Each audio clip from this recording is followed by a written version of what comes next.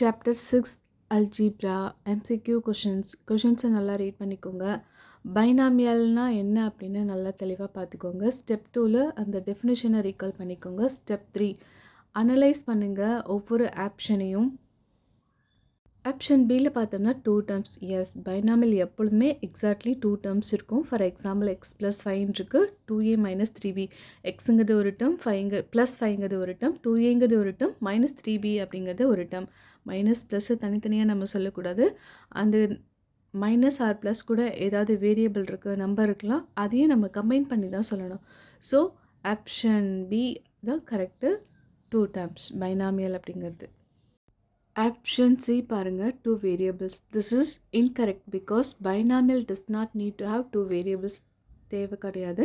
இந்த எக்ஸ்பிரஷனில் ஒரே ஒரு வேரியபிள் இருக்குது, but it is still a binomial தான் because it has 2 terms. So option C அப்படிங்கிறது இன்கரெக்ட் தான்.